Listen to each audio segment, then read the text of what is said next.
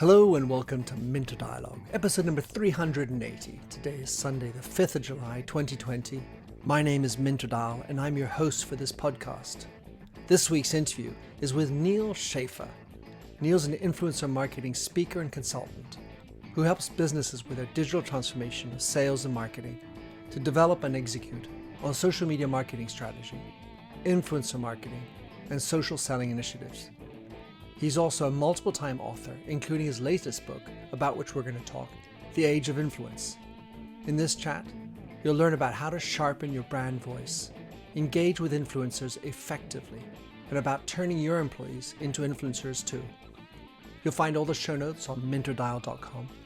Please consider to drop in your rating and review, and don't forget to subscribe to catch all the future episodes. Now for the show. Neal Schaffer, how the heck are you? These are wonderful days, and you decided to launch a book in the middle of the pandemic, The Age of Influence, the power of influencers to elevate your brand. And you can imagine how much that titillated me. Tell us in your own words, Neal, who you are these days. How do you describe yourself? Well, I am a digital and social media marketing author, consultant, educator, speaker. I think the coronavirus pandemic has not really changed what I do. It has limited the ability for me to do physical speaking, but I am still doing virtual speaking, and there's actually a new sort of demand generated for that. But at the heart of what I do is really educating businesses, marketers, small business owners, entrepreneurs on how to best leverage the digital and social media marketing tools that exist around them that very few people really maximize the potential for. And yes, in the middle of this pandemic, I actually wrote a book. Well, I published a book. The book was written some time ago, but the timing worked out that, really 2 days before lockdown in California, I published this book called The Age of Influence. And my approach to books is when I see a topic that is deserving of more research, or perhaps there's just a lot of miseducation going on in the market, a lot of businesses are missing the mark, that's where I'm like, this might be a good idea for a book. And that's really what The Age of Influence came out to be, because I think that the concept of digital influence and influencer marketing is just this huge gap between the few companies that get it and really do it well and the rest of the companies that just have a complete misunderstanding of it. So, Neal, I wanted to ask you exactly how and why you came up with the book. You perfectly answered that. The question then becomes, what are brands missing out? Because I feel, and surely you are an influential person, so you presumably also get these experiences as an influencer, being contacted by brands, and you see it from that side, as well as advising companies on how to attract influencers. What are brands missing? Well, let's look at the entire digital landscape, right? What can you do as a brand to get the word out about your company, to promote your goods and services? So obviously you have a website, sure, or an app. You do SEO because you want to get found in search engines. You do email marketing because you want to get found in people's inboxes. And you hopefully have a blog and you're doing some sort of content marketing, right? Part of that might be, lead magnets or lead generation assets. And then we have social media marketing, which is has really come into a pay to play, right? Companies just organically cannot be heard in social today. So they're all paying money to be heard. And this is where companies stop. And they miss out on the biggest potential because, I mentioned search and I mentioned email. We need to be where our customers are, and more, especially with this pandemic, they're online all the time. So if they're not searching for information, if they're not reading their emails or texts, they're on social media. And your voice is just not getting heard. So really, we then come up with the sixth pillar of what companies can be doing in digital. And this is leveraging other people's voices to do the talking for you. This is truly getting back to the original intent of social media for business, which was somehow inciting word of mouth marketing. This is actually doing that by collaborating with other social media users that can really help you. And what businesses really miss out on is they just equate influence with number of following, size of community, regardless of relevance or regardless of how did that person get that famous? Are those followers real, right? I talk about looking at influence in the lens of brand affinity. And I say this because even in the influencer marketing industry, which is very Instagram centric, because that's where a lot of the influencer marketing budgets go, they now define something called a nano influencer. And a nano influencer might have just 1,000 followers. So we look around us, we look at our customers, we look at our social media followers, we look at our employees, we look at our partners, and we realize, there's a lot of people that have influence because, media influence has become so democratized, and people that have been doing social media for year after year, their communities do get bigger. They do yield more and more influence. So I talk about in the book looking at influence in the eyes of brand affinity, starting with people that are already active in social media, that already know, like, and trust your brand. So I talk about employees, I talk about customers, I talk about partners. Now, we have terms in business like employee advocacy and brand advocacy for employees and for our customers, but we never treat them as influencers. We never have this collaborative mindset. And I think this is, the missing link here. And then we have our own social media followers. We have people that mention us in social media. The problem with businesses is they reach out to people that might even not know your brand or might not like your brand. So the relationship is only going to be a one-time transactional affair with very little ROI. Whereas if you work with people that already have a long-term relationship with your brand and like your brand, the end result is going to be better. It's going to be more long-term. And at the end of the day, it's going to be a greater ROI. And I think that's the real paradigm shift that I'm trying to teach businesses, that I know there are more and more businesses I hear about starting to do it by building this army of influencers that are brand ambassadors. But I think that we're still at the tip of the iceberg, and I think that there's tremendous potential. And this is not just Instagram and YouTube, Minter. Over the past few weeks, I've done campaigns with B2B brands on LinkedIn, on Twitter, right? Influence is everywhere in social media. It's just a matter of finding who are those people that your target audience is listening to, however many of them or few of them. So Neal, there's a lot of things that you just talked about, and want to unpack a couple of them. One of them that strikes me, you mentioned Instagram and so on. How do you help a brand that doesn't know what it stands for? Because in the end of the day, if you want to create affinity with your influencers, then it needs to be clear who you are to create that affinity. And that's the thing, that's the missing piece for me that I feel I see the most. They don't actually know what they're selling. I mean, of course, they're selling widgets, but who are they?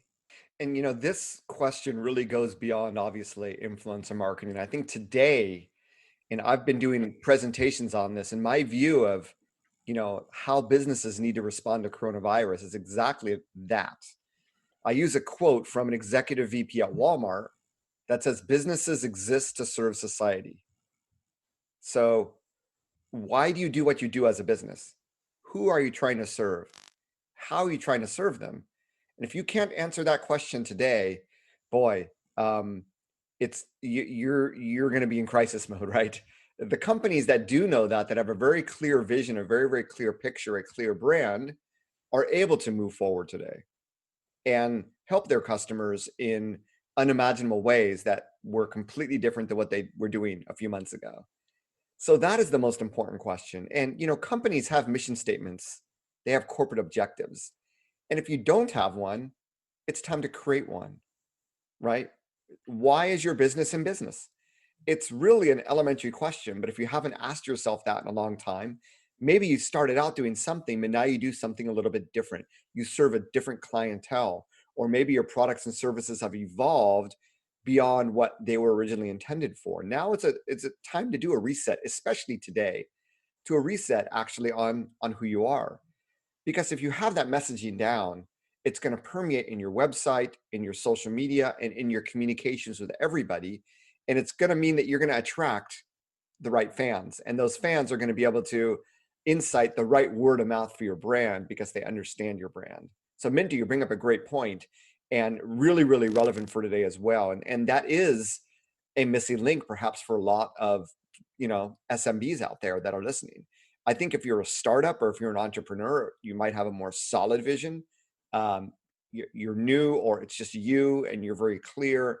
But for those that have gone beyond that, it's a great time to question that. And that's not just going to help you with influencer marketing, but with business in general, I believe. One of the observations I have is that when you're a small company, yeah, it might just be you and your founding partners and your founding team and all that. It's not necessarily clear, but it feels more authentic. Then all of a sudden you start scaling up into the big companies, and all of a sudden there's pomp and circumstance and cotton mouth and horse shit. And then as you get bigger, the problem is the nano. Well, how many people he's following him or her? Oh, 1,000. That's not enough. I need to sell millions. And so as we get bigger, we get less authentic. As we get bigger, we're not interested in nano because we can't scale nano. We need celebs who have millions because we need to sell millions. And it's sort of ironic that counterbalance and the inability for big companies to stay authentic, because on top of that, they need big numbers. How do you deal with that conflict? There's definitely a lot of that out there, but what we know now is that audiences out there have become extremely fragmented. It's not like the old days where there's only a few, before satellite television, there's only a few TV stations, only a few newspapers and a few radio stations with limited communication channels. Yes, you can bet big. But today, that's just not the case. People are really scattered. So even if you were to work with a celebrity, that celebrity, number one, is probably working with a lot of other brands. Number two, their audience is fragmented because they're too big. What do they stand for? Right? What sort of, if they were going to represent your brand, would it be even relevant to their audience or not? And what happens over time is that the engagement that celebrity gets less and less and less. Whereas the smaller the influencer, the more niche they are, that engagement, that the bond between the influencer and their audience is bigger.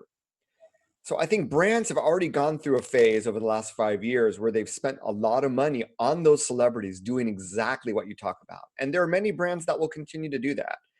But if the smart brands are looking at the actual profits, the actual ROI from those activities, they may find at some point that smaller influencers perform better than celebrities for the reasons that I'm talking about. Now, part of this is agencies, and, maybe the agency will push celebrities and convince the brand. I mean, there's a lot of different things that go on in the industry, that the ways that budget is spent and what have you.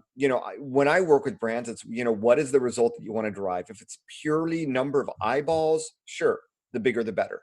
But I think once you get beyond that, if you actually want engagement, or you want clicks, or you want people to go somewhere, or you want people to do something, it is a very, very different picture. It's similar to if you were to, publish an ad in 5 different newspapers, you're going to get very, very different results. And the biggest newspaper doesn't always deliver the best results. If you were going to do a Facebook ad and a LinkedIn ad, Facebook has 3 times the number of users than LinkedIn has. It doesn't mean it's going to be more effective, depending on your business. For some businesses, it will be more effective. So, at the bottom of this discussion is a data analysis. It's in marketing, it's a data-driven A/B testing approach that says, let's try different tiers of influencers. Let's try different media and actually look at the data and find out what does best for us.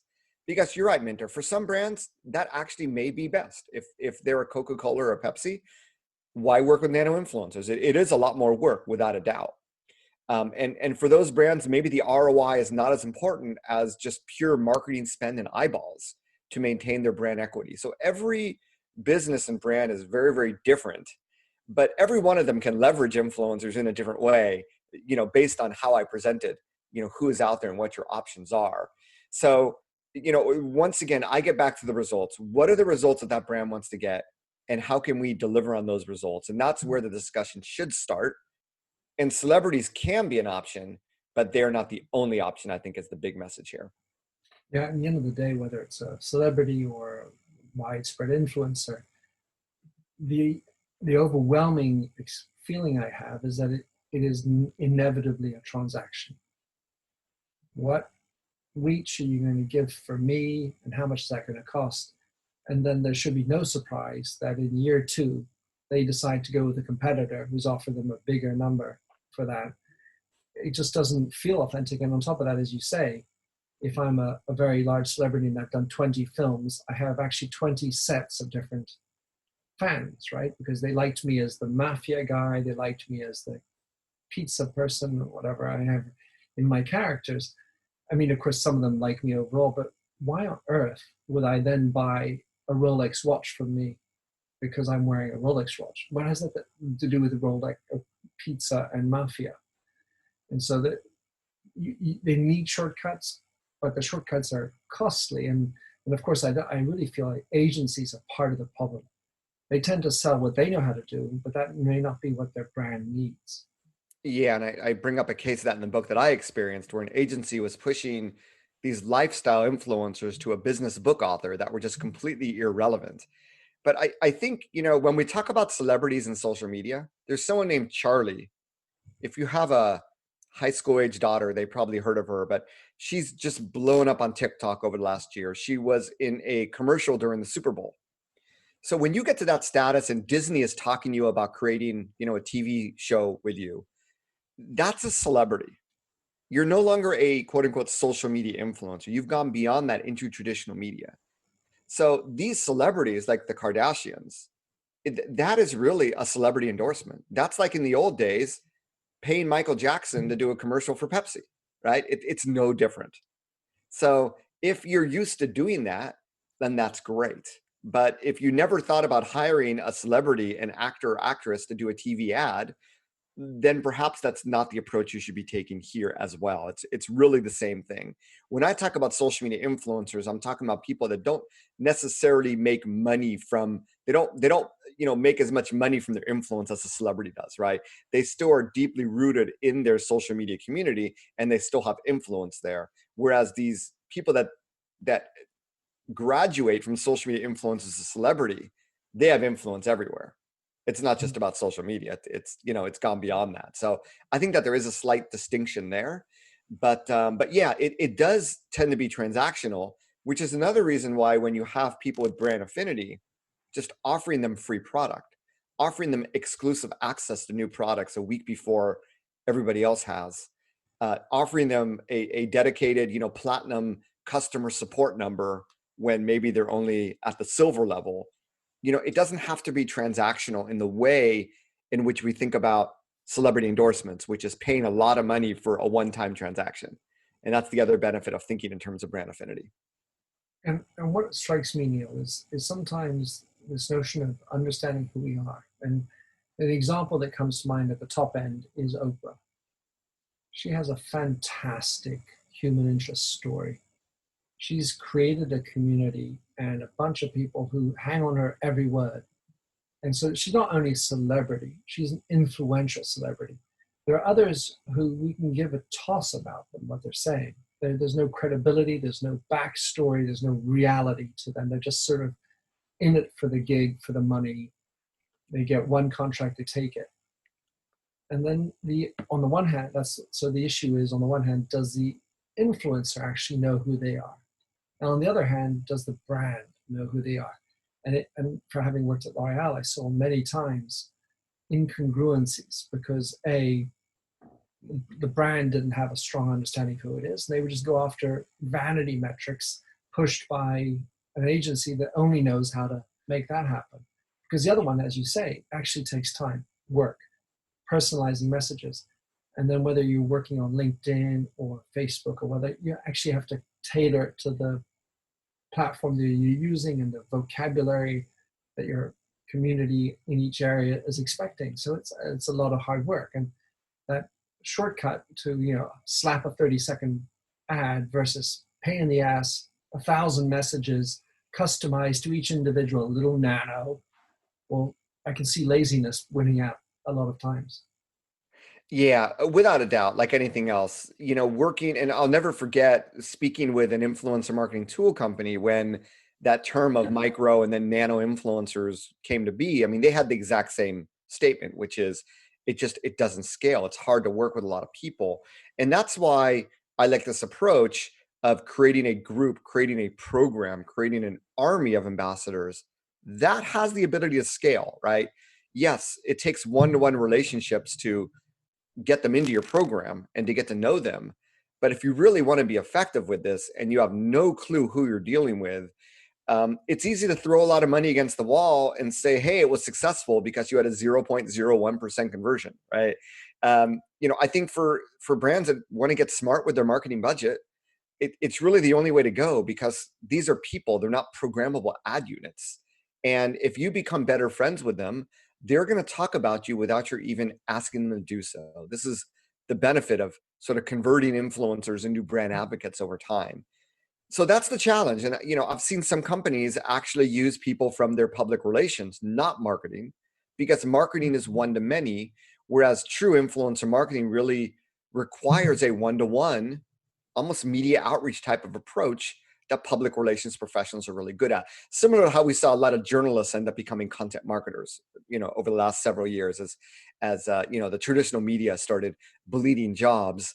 I see a similar thing possible with public relations moving into influencer relations, because that's more of what it is about, and just the many benefits that companies can reap from that.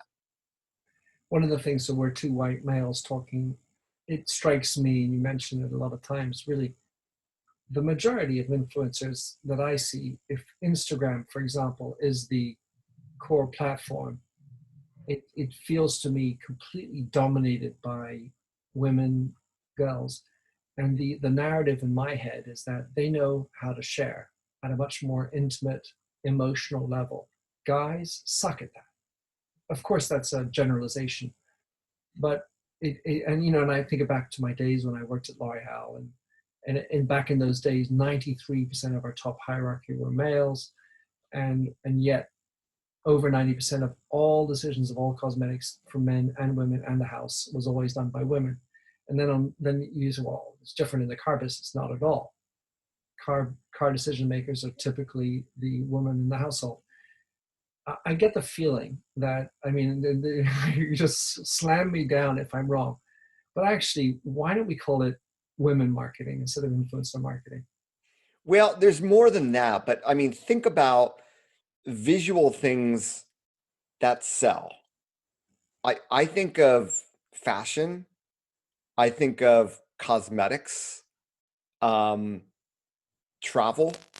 So when you think about fashion, there's men's fashion, but I don't know what the breakdown of the market is of men's fashion versus women's fashion. I would tend to believe there's probably a bigger market for women's fashion. Well, hell yeah. Right.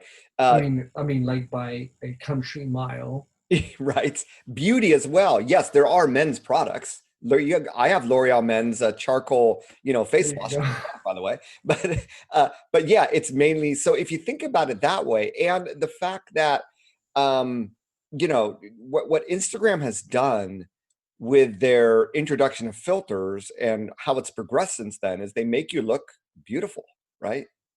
And it sort of taps into that beauty, that, not to say that men don't chase that as well, but I think generally speaking that women are more aligned with that. So I don't think it's limited to females. You see another visual network like Pinterest have 70 to 80% female. And we talk about mommy bloggers. We don't talk about daddy bloggers. So there's a lot of cultural and economical and sociological reasons why this is the case. I definitely wouldn't limit it. When I look at influencers out there, when I think of business influencers, they're overwhelmingly male.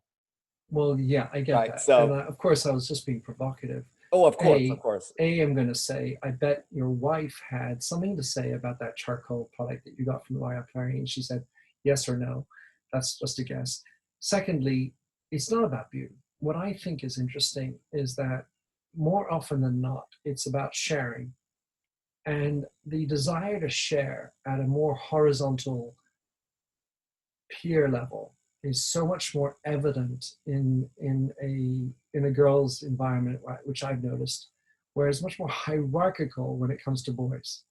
I'm more powerful than you, I'm more stronger, I got a bigger title, my car is bigger. And that's just not connecting. So what I observe is, and it comes from, I study women's studies at university. Oh, interesting. Okay. So I saw it from a very early age, and I kind of have latched onto it. And it's a generalization, Neil. So yeah, okay, I'm going to get slammed for that. Yet I feel that this notion of willingness to share and to show that I'm imperfect is something I see far more prevalently in women and girls, especially in social. Of course, you got the, I'm perfect, and that's for those of you who didn't see the visual. This is an audio. It's like the retouched. Yeah, of course. And life isn't exactly what we present on Instagram. Yet, do I feel a greater sense of more integrity, at least more reality, and more compassionate sharing that is far more engaging. And that's why interest in Instagram are dominated by women. And I would argue that the majority of the sharing that goes on in a Facebook program, if we could know it, is more female oriented than male. Well, I think those are really interesting points. And I think that two things come to mind to add fuel to the fire. Number one, when we think of the word chatty, do we generally associate chatty with male or female, generally speaking? Women. Correct. So at the heart of it, there's a generalization that women are more conversational than men, which may not necessarily be the case, but I think that as a society, at least that's sort of been ingrained with me. And therefore, if you're more conversational, then obviously in social media, you're going to be more open to having those conversations. But the other one is, as a man, you can't show vulnerability, right? Now, And if you don't show vulnerability, then do you have authenticity? correct. So, and that is a challenge for men today. Now, I think this is also generational. I think when we get to the millennials, it might be a little bit different, but definitely, growing up and in the Hollywood movies and the mass media, that's sort of ingrained in you. Men need to be strong. You can't show that. And it's a very common word we hear about in social media is you need to show your vulnerability. And perhaps women are easier to do this. They go through something called pregnancy. They give birth. They go through a lot more emotional, hormonal imbalances than men do, probably. Correct me if I'm wrong. There's probably something scientific there. So, they are probably more used to showing that vulnerability. In fact, they can be vulnerable. Society doesn't look upon them if they are, right? Yeah, and that creates a greater engagement. It So does. I wanted to touch on one last piece. It taps into human emotion, and it creates a deeper bond as well. And maybe us men are just trying to emulate that now. We can work on it. We have room for improvement, Neil. The last area I'd like to address is something you address plentifully in the book is this notion of employee engagement. And a couple of things. One, the idea of the brand and what you stand for and what role should an employee play. The number of times I see social media profiles saying, my views do not represent the company for which I work. And I'm thinking, wow, corporate PR said, that's what you have to do. They gave them instruction that that's what they should play. So if I'm a person and I read that, I'm wondering about the integrity of the conversation. It feels like they may be expressing something, but it can't be representative of the company for which they work. At some level, what's your opinion of that? And how should a company try to really promote employee engagement and employee advocacy? Well, there are two sides to that. So one side is there are some industries that are heavily regulated, financial services, pharmaceuticals. Sure. If you're a lawyer, if you work in the government.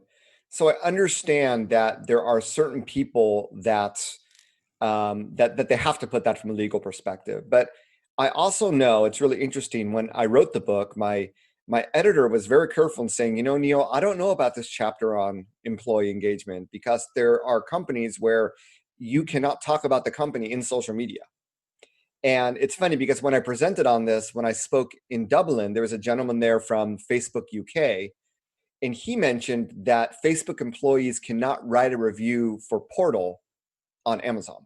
it was forbidden to write any review, even though they think it's a great product, they want to share it with the world, they can't. So there are certain companies that do place certain legal restrictions on their employees. Now, on the flip side, are those restrictions, are they rational or not? Is it just being as conservative as possible?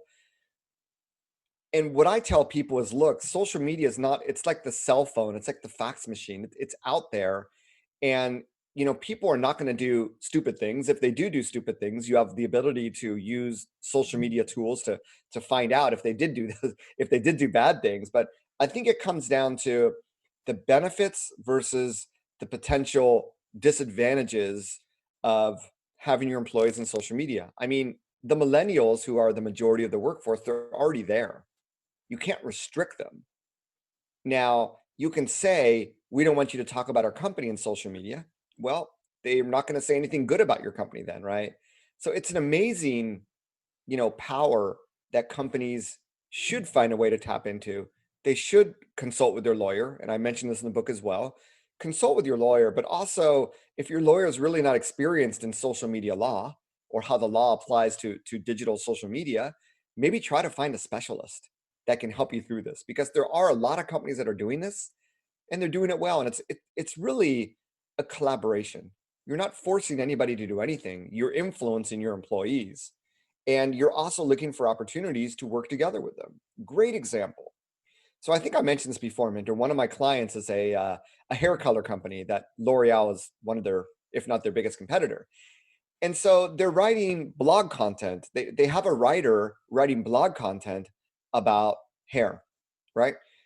And then it's like, well, we have internal people that educate stylists and barbers on how to use our color. Why wouldn't we tap into this employee to help with our content? And this is, we always think about using influencers for content amplification, but there's equal, if not greater, value for using them for content creation or to create a focus group, which the L'Oreal's, and I had a job offer from Procter & Gamble back in the day. Why wouldn't you have a focus group with people that already know, like, and trust your brand? And this is another way in which you can leverage employees and influencers outside of your company. So Well, we're just talking about it. It's a focus group slash creative content creation studio slash, yes, maybe they'll incite a little bit of word of mouth on our behalf. It's a small investment to make, but you can see the various benefits, and then just getting feedback for your product marketing. There's just so many benefits to have. So when you stop looking at social media as a way to promote yourself, and when you start looking at social media as a way to collaborate with others and find ways to get your voice heard, it opens up lots of opportunities. The word that I can't help but pronounce is ego. Because the idea of collaborating means that, well, they may have some power. We're going to listen to them. We're going to use their ideas. A lot of times, and I can speak from experience in L'Oreal anyway, we were paid for having the ideas. We were paid for being the generator. And there is required a certain humility to want to listen to numbskull client, one of 1 million, as opposed to me. I'm the product manager, the group product director, whatever, big title, and that desire to go in under and really be like on the same level playing field is awfully challenging for marketers. On top of that, there's a million people's ideas, and so I have to then sift through that and understand, of the million, which are the right ideas. So it's not always easy, for sure, but I feel this underwriting notion of getting off the ego hat in order to feel like I can collaborate, want to hang out with customers. Well, and that's why big brands that have those organizations often find it hard to innovate. And that's why you have startups that come out of nowhere that grab market share, because they're aligned with your customer. They're on the same wavelength. They have a better understanding. And I think if you're not tapping into your user base frequently, not just for getting potentially new ideas, but also just to make sure that there's an alignment there, because things change so fast. Something you created 20 years ago, it might still sell today, but there's often adjustments you need to be making to that product over time. And I don't see how sitting in an ivory tower, and I mean, perhaps you can, spend some money on market research companies to do this for you, but they have their own sort of, methodology, and whether that's good or not in today's age, I don't know. But social media is just, yes, there is work involved. I don't think you need to listen to 1 million people, but there are savvy ways of looking at trends, trying to bring numbers together to try to get a better view. And certainly, this explains why so many startups are successful and are able to defeat bigger companies. And from a big company, well, we lost a 0.1% market share. On the big scope, it doesn't matter. But over time, obviously, that might matter. A friend of mine, Kat Keeley, I had her on my show recently. She launched a whole program around the front line. And so it's about creating PPE equipment for people who are nurses and doctors who are missing PPE equipment. And her overriding message, which was lovely, which is, don't be afraid to ask the people on the front line. And these are the people who are actually engaging with and interacting with your customers. Neal, thank you so much for coming on this. I enjoyed the Age of Influence. I think it's a critical topic, and what I loved in your subtitle was this notion of elevating your brand. And I think that for me, the big issue is, does a brand know who it wants to be and where it wants to elevate to? And until that question is solved, it really becomes hard to create affinity, whether it's with your employees at an authentic level or with your influencers and then your customers. Until that's the issue for me. Of course, you still have to have an ROI and you have to be practical, but that's where I sit. Tell us, Neal, how we can get in touch with you, follow you, get your new book, The Age of Influence. Thank you for that commentary, Minter. I think you're bang on. And really the branding it's you got to build your home. Everything emanates from there. So if you don't have that right, then everything else will not be successful. So, but especially, when I talked about those different silos of digital marketing, definitely when we get into the influencer, it really does come down to one-on-one. You're reaching out to people, you're communicating with them. How are you going to talk about your company? Why would they want to collaborate with your company? And the branding gets so important. So that's a really powerful addition to my thoughts. So thank you. But I like the idea of using PR mentality and cultivating relationship, and then thinking what's in it for them and how can you help them with their brand, and how can they obviously conversely help you, but making it a value exchange that's valuable for both sides. And too often we forget that. Neal, how can we follow you and get your book?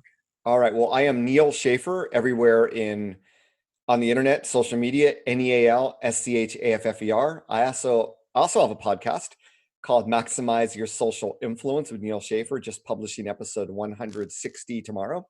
So if you're more interested in about this concept of influence and how it relates to sales and marketing, you'll want to check that out. And then The Age of Influence it's available everywhere books are sold. So whether it's Amazon, or I think in the UK you have like Waterstone or something like that. In Canada you got Indigo, Barnes and Noble, wherever you buy books, there's an audio version, there's an ebook version, there's a paperback version. You should be able to find it. I'll put those all in the show notes. Thanks very much, Neal. Thank you very much, Minter. Thanks for having listened to this recording of the Minter Dialogue Show. You'll find the show notes and other blog posts on minterdial.com. If you enjoyed the show, please head over to iTunes to give a rating and review. And to finish, here's a song I wrote with Stephanie Singer, A Convinced Man.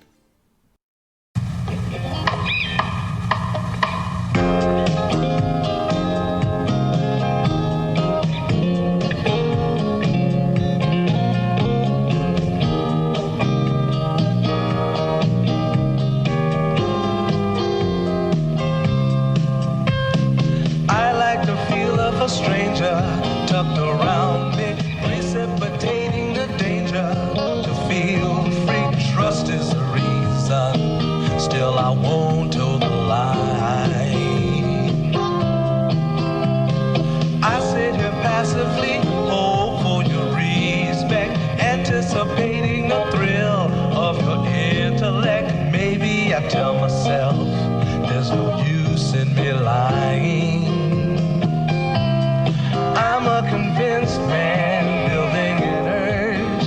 I'm a convinced man to live and die submerged. A convinced man in the arms of a woman. I'm a convinced man, challenge my fate. I'm a convinced man, competition's innate. A convinced man in the arms of a woman. Despise revenges and struggle to see. Live for the challenge so life's not incomplete.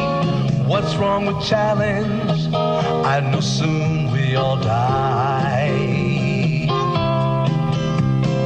I like the feel of a stranger tucked around me, precipitating the danger to feel free. Trust in my reason and let me show you why.